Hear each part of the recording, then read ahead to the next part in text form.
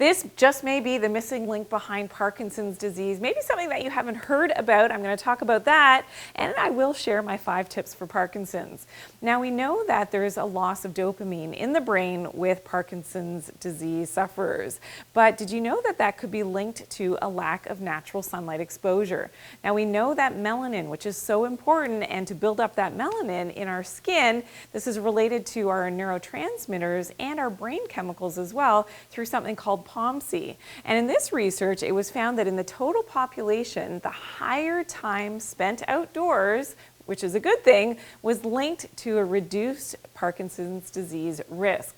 In another study done on rats, they correlated the exposure to light pollution, which is a bad thing, especially at night, so artificial light at night, to increased Parkinson's. And this is something that definitely over 90 days of a continuous bright light exposure to these poor little rats, their Th positive neurons decreased progressively in the substantia nigra, of course, where the dopamine is released, reaching a significant 29% reduction after just 90 days of that light exposure.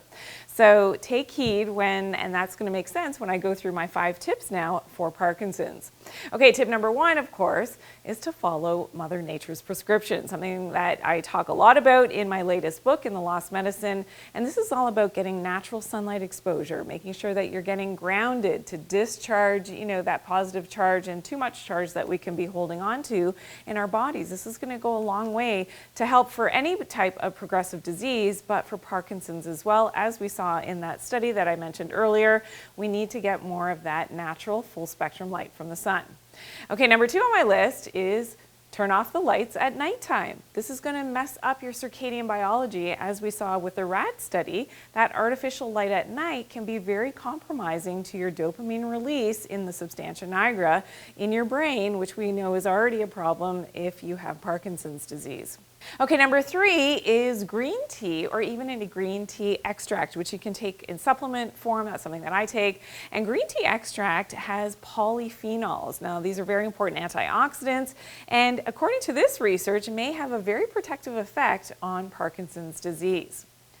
Okay, number 4 on my list is to make sure that you are taking care of your nerves with vitamin B12. Now, B12 in the right form. So, of course, you never want to take the cyanocobalamin. I have other videos on that. You can learn more. But taking a high-quality whole food vitamin B12 can be very protective for the myelin coating on your neurons and your neurofibers, really protective for Parkinson's disease and making sure that all of your neurons are connecting and firing appropriately.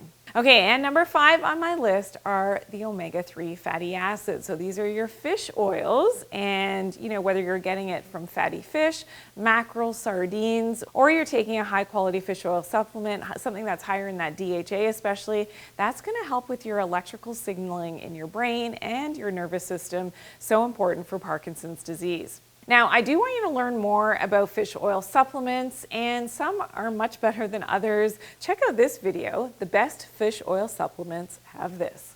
I'll see you there.